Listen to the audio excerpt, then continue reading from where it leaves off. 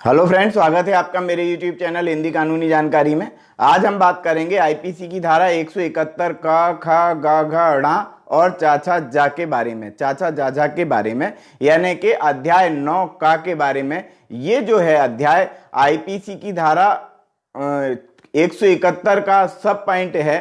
कुल मिलाकर इसमें जो है निर्वाचन से संबंधित यानी कि चुनाव से संबंधित किए गए अपराध या चुनाव में किए जाने वाले जो अपराध होते हैं उनके लिए दंड के प्रावधान क्या किए गए हैं इसमें बताया गया है।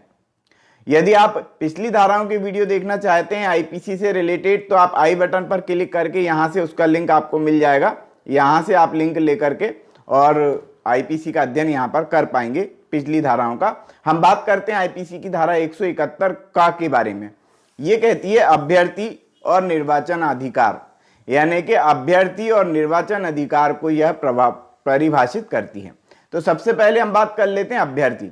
अभ्यर्थी कौन होगा? अभ्यर्थी वह व्यक्ति होगा या वह व्यक्ति अभिप्रेत है अभ्यर्थी से जो किसी निर्वाचन में भाग लेने के लिए नाम निर्दिष्ट किया गया है, यानी कि वो जो है उसने अभ्यर्थी यानी कि कोई उम्मीदवार जिसने चुनाव में भाग लिया है वो। पॉइंट नंबर 2 इसमें दिया हुआ है निर्वाचन अधिकार। निर्वाचन अधिकार का मतलब है कि वह निर्वाचन अधिकार से वह व्यक्ति अभिप्रेत है जिसने अपना नाम निर्दिष्ट तो किया हुआ है लेकिन उसने निर्वाचन के जो अधिकार हैं उनका उपयोग भी उसमें किया है। जैसे उम्मीदवार के रूप में वो जो है अभ्यर्थी है लेकिन उसने क्या किया है कि अपना नाम वापस ले लिया है कि अब वो जो है चुनाव नहीं लड़ना चाहता, तो ये भी निर्वाचन अधिकार है। यदि वो वोट देना चाहता है तो ये भी निर्वाचन अधिकार है। यदि वो वोट नहीं देना चाहता है तो वह भी निर्वाचन अधिकार है। यानी कि निर्वाचन से संबंधित जितने भी अधिकार हैं वह सब इसमें परिभाषित किए गए हैं। अब हम बात करते हैं आईपीसी की धारा 171 ख के बारे में। आईपीसी की धारा 171 ख क्या कहती है? ये कहती है रिश्वत के बारे में। अधिकतर हमने चुनाव में देखा है कि कोई व्यक्ति यानी कि कोई अभ्यर्थी, कोई उम्मीदवार या उम्मीदवार की तरफ से अन्य कोई अभिकर्ता क्या करता है कि वो जो है चुनाव में जो वोट देने वाले मतदाता हैं उनको जो है लालच देता है, यानी कि उनको रिश्वत देता है और वो किसी विशेष व्यक्ति को वोट देने के लिए प्रेरित करता है, तो उसको बोलेंगे अपन रिश्वत। तो रिश्वत से तात्पर्य उन चीजों से है कि किसी व्यक्ति को इस उद्देश्य से परितोषण देता है। परितोषण मतलब कि रिश्वत देता है कि वह व्यक्ति किसी अन्य व्यक्ति को किसी निर्वाचन अधिकार का प्रयोग करने के लिए उत्प्रेरित करे, यानी कि वो ये बताए कि तुमको फलाने व्यक्ति को वोट देना है या तुमको फलाने व्यक्ति को वोट दिलवाना है और इसके लिए तुम जो कहोगे, तुमको जो रिश्वत चाहिए वो हम आपको दे रहे हैं।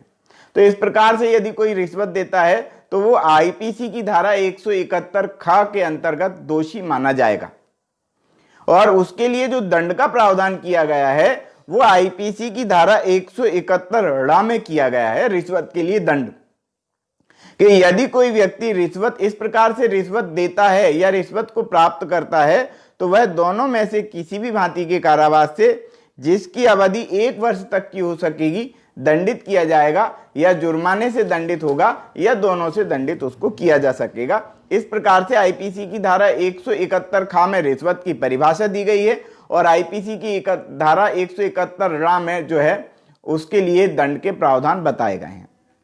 तो इस प्रकार से हमने समझा आईपीसी की धारा 171 ख रिश्वत को। लेकिन इसमें एक बात और ध्यान देने वाली बात है कि किसी प्रकार की घोषणा करना, किसी प्रकार की उद्घोषणा करना या किसी प्रकार का वचन देना यह रिश्वत की श्रेणी में नहीं आता है, इसका ध्यान रखना चाहिए। अब हम बात करते हैं आईपीसी की धारा 171 ग के बारे में। आईपीसी की धारा 171 ग कहती है निर्वाचनों में असम्यक असर डालना। अच्छा, निर्वाचनों में असम्यक असर डालने से मतलब क्या है? देखो, अभी हमने पढ़ा रिश्वत के बारे में, तो रिश्वत तो चीज अलग हो गई। तो रिश्वत जो है वो तो किसी व्यक्ति को परितोषण देना, किसी व्यक्ति को लालच देना वोट डालने के लिए कि फलाने व्यक्ति को आपको जिताना है, इस प्रकार से। लेकिन असम्यक असर डालने का मतलब यह है कि किसी व्यक्ति को डराना या धमकाना, किसी विशेष व्यक्ति को चुनाव में जिताने के लिए किन्हीं अन्य व्यक्तियों को डराना, धमकाना और उनको ये बोलना कि आप फलाने व्यक्ति को वोट दो और यदि आप ऐसा नहीं करोगे तो हम आपको मारेंगे, पीटेंगे या कुछ भी हम करेंगे। इस प्रकार से डराना, धमकाना। या फिर एक और चीज क्या, कि यदि कोई व्यक्ति, यदि तुम उस व्यक्ति को वोट नहीं दोगे तो भगवान तुमको पाप देगा। इस प्रकार की बातें बताना भी जो है ये कहा गया है कि निर्वाचनों में असम्यक असर डालना। कोई व्यक्ति यदि ये कहता है कि मैं भगवान जगन्नाथ का जो है, मैं भगवान जगन्नाथ के रूप में ही हूं और यदि आप मुझे वोट नहीं दोगे तो भगवान आपको मतलब पाप देंगे, आपको पाप लगेगा, इस प्रकार की कोई यदि बात करता है तो यह भी जो है असम्यक असर डालने वाली बात मानी जाती है। तो इसमें लिखा हुआ है, क्या लिखा हुआ है कि जो कोई किसी निर्वाचन अधिकार के निर्बाध प्रयोग में स्वेच्छया हस्तक्षेप करता है या हस्तक्षेप करने का प्रयत्न करता है तो वह निर्वाचन में असम्यक असर डालने का अपराध करता है, यहां पर यह कहा गया। अच्छा, एक चीज और है, अभ्यर्थी को इस प्रकार का विश्वास वो उत्प्रेरित करता है, किस प्रकार का, कि यदि वह उसको वोट नहीं देगा, सामने वाले व्यक्ति को जिसको जिताना चाहता है वो उसको यदि वोट नहीं देगा तो वह अप्रसाद का, यानी कि देवी अप्रसाद का, आध्यात्मिक परिनिंदा का भाजक बनेगा, यानी कि उसको पाप लग जाएगा। इस प्रकार से यदि कोई व्यक्ति बताता है तो ये असम्यक असर डालने वाली बात यहां पर मानी जाती है। आईपीसी की धारा 171 गा में इस प्रकार का प्रावधान किया गया है, असम्यक असर डालने वाली बात बताई गई है। लेकिन आईपीसी की धारा 171 चा में, 171 चा में जो है, छा में, एक मिनट, आईपीसी की धारा 171 चा में असम्यक असर डालने वाले व्यक्ति के लिए दंड का प्रावधान किया गया। आईपीसी की धारा 171 चा क्या कहती है, ये कहती है कि जो कोई किसी निर्वाचन में असम्यक असर डालने का प्रतिरूपण या कोई प्रतिरूपण करता है, यानी कि प्रतिरूपण यानी कि फर्जी वोट डालना, यदि कोई फर्जी वोट डालता है तो भी और असम्यक असर डालता है तो भी, तो वो क्या होगा, तो वह दोनों में से किसी भी भांति के कारावास से, जिसकी अवधि 1 वर्ष तक की हो सकेगी, दंडित किया जाएगा, या जुर्माने से दंडित होगा, या दोनों से ही उसको दंडित किया जाएगा। तो हमने बात की असम्यक असर के बारे में कि यदि कोई निर्वाचन में असम्यक असर डालता है तो उसके लिए दंड के क्या प्रावधान है। अच्छा, अब हम प्रतिरूपण के बारे में पढ़ लेते हैं। प्रतिरूपण के लिए दंड हमने पढ़ लिया है। प्रतिरूपण क्या होता है इसके बारे में तो एक छोटे से रूप में यदि देखें तो यह कहा जा सकता है कि फर्जी वोट डालना प्रतिरूपण की श्रेणी में आता है। पढ़ लेते हैं हम इसके लिए क्या लिखा हुआ है। निर्वाचनों में प्रतिरूपण, जो कोई किसी निर्वाचन में किसी अन्य व्यक्ति के नाम से, चाहे वह व्यक्ति जीवित हो या मृत हो, या किसी कल्पित नाम से मतपत्र के लिए आवेदन करता है, यानी कि मतपत्र की मांग करता है और वो ये जानते हुए मांग करता है कि वह फर्जी वोट डालने के लिए जा रहा है, तो ऐसे निर्वाचन में यदि वो एक बार मत दे चुका है और दूसरी बार खुद के लिए ही मत की मांग करता है, मतलब एक बार वो वोट डाल चुका है और दूसरी बार पहुंच गया कि मैं तो वोट नहीं डाला, मेरे को तो और एक बार और वोट डालना है, मतलब कि मैंने वोट नहीं डाला है, मुझे मत देने का अधिकार है, इस प्रकार से भी यदि कोई व्यक्ति करता है तो यहां पर यह कहा जाएगा कि वो निर्वाचन में प्रतिरूपण करता है। प्रतिरूपण यानी कि किसी दूसरे व्यक्ति का रूप ले लेना या दोबारा से रूप ले लेना, इस प्रकार से। तो उसके लिए दंड का प्रावधान हमने आईपीसी की धारा 171 चा में पढ़ा है। 1 वर्ष तक की सजा हो सकती है, जुर्माना हो सकता है, या उसको दोनों हो सकते हैं, दोनों में से किसी भी भांति का कारावास उसको हो सकता है। अब हम बात करते हैं आईपीसी के धारा 171 घ में हमने निर्वाचन के प्रतिरूपण के बारे में पढ़ा। आईपीसी की धारा 171 ड़ जो आती है इसके बारे में हम पढ़ चुके हैं। रिश्वत के लिए दंड कितना है, रिश्वत के लिए दंड वो हम पढ़ चुके हैं कि 1 वर्ष तक की सजा उसको हो सकती है, या फिर जुर्माना हो सकता है, या दोनों हो सकते हैं, इस प्रकार से हमने पढ़ा है। आईपीसी की धारा 171 चा के बारे में हमने पढ़ लिया कि निर्वाचन में यदि कोई प्रतिरूपण धारण करता है या असम्यक असर डालता है तो उसके लिए 1 साल की सजा है।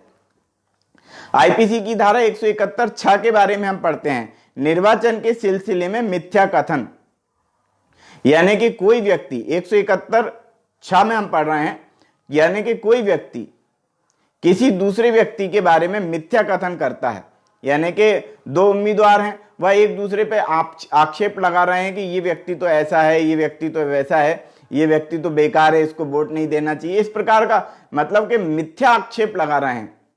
यदि वो सत्य आक्षेप लगा रहे हैं तो कोई दिक्कत नहीं है, लेकिन वो झूठा आरोप लगा रहे हैं, झूठा आक्षेप लगा रहे हैं, तो उसके लिए यहां पर आईपीसी की धारा 171(6) में दंड का प्रावधान किया गया है। क्या है कि जो कोई निर्वाचन के परिणाम पर प्रभाव डालने के आशय से किसी अभ्यर्थी के व्यक्तिशील या आचरण के संबंध में तथ्य का कथन तात्पर्य होने वाला कोई ऐसा कथन करेगा या प्रकाशित करेगा जो मिथ्या है। मिथ्या है मतलब कि गलत है, झूठ है, यानी कि झूठा कथन किसी दूसरे अभ्यर्थी के बारे में कोई व्यक्ति करता है जिसका मिथ्या होना वह जानता है, यानी कि जिसको पता है कि वो झूठ बोल रहा है, लेकिन पब्लिक को बरगलाने के लिए इस प्रकार का झूठ का सहारा लेकर के वो जीतना चाहता है। इस प्रकार से यह ऐसा विश्वास करता है कि उसको पता है कि वो झूठ बोल रहा है और झूठा कथन करके वो जीतना चाहता है। यदि वो ऐसा करता है तो वह जुर्माने से दंडित किया जाएगा, यहां पर इतना लिखा हुआ है। अब हम बात करते हैं आईपीसी की धारा 171(j) के बारे में। आईपीसी की धारा 171(j) क्या कहती है? ये कहती है निर्वाचन के सिलसिले में अवैध संदाय, अवैध संदाय यानी कि अवैध व्यय, यानी कि कोई व्यक्ति निर्वाचन के संबंध में अवैध रूप से व्यय करता है तो उसके लिए दंड का क्या प्रावधान। अवैध रूप से व्यय का मीनिंग क्या है कि जो कोई अभ्यर्थी की अनुमति के बिना, जो उम्मीदवार है उसकी अनुमति के बिना उसके लिए व्यय कर देता है। व्यय कहाँ में कर देता है? मान लो पोस्टर छपवा दिए, कोई मंच तैयार करवा दिया भाषण के लिए, या और भी कुछ काम कर दिए इस प्रकार से। तो यदि वो ऐसा करता है तो वह 500 रुपए तक के जुर्माने से दंडित किया जा सकेगा, यदि वो ऐसा करता है तो।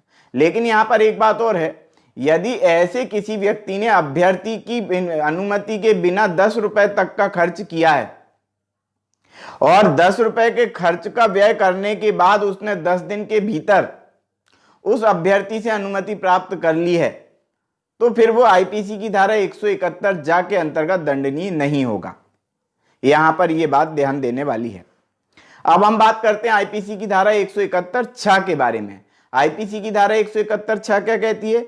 ये कहती है निर्वाचन लेखा रखने में असफलता, यानी कि निर्वाचन का जो लेखा है, निर्वाचन में जो व्यय हुआ है उसका किसी व्यक्ति का लेखा रखने का दायित्व था, यानी कि लिखा पढ़ी रखने का दायित्व था कि कितना क्या व्यय हुआ है भैया देखने के लिए, लेकिन उसने ऐसा नहीं किया, वह ऐसा करने में असफल रहा, तो उसके लिए यहां पर दंड का प्रावधान किया गया है।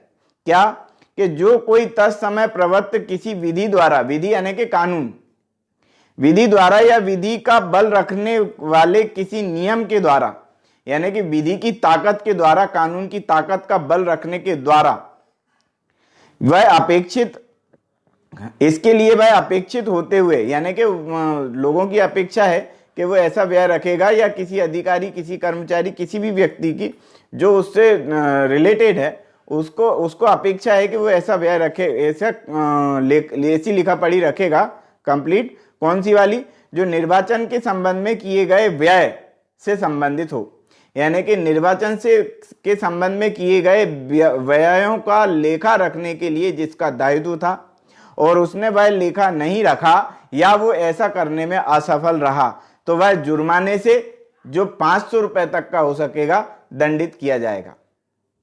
तो हमने बात की आईपीसी की धारा 171 का खा गा घा ड़ा और चाचा जाजा के बारे में, यानी कि निर्वाचन से संबंधित जितने भी अपराध होते हैं वह आईपीसी में यहां पर बताए गए हैं। आईपीसी की धारा आईपीसी के अध्याय 9 का के अंतर्गत आईपीसी की धारा 171 के सब पॉइंट में बताए गए हैं।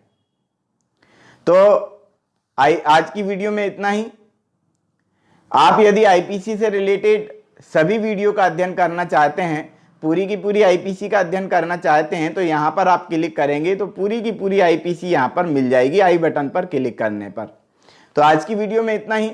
वीडियो यदि आपको पसंद आया हो तो वीडियो को लाइक करें, शेयर करें, कमेंट्स करें, और यदि आपने हमारे चैनल को सब्सक्राइब नहीं किया है तो चैनल को सब्सक्राइब कर लें, बेल आइकॉन प्रेस कर दें ताकि अगली वीडियो का नोटिफिकेशन आपको मिल सके। ये वीडियो देखने के लिए बहुत बहुत धन्यवाद।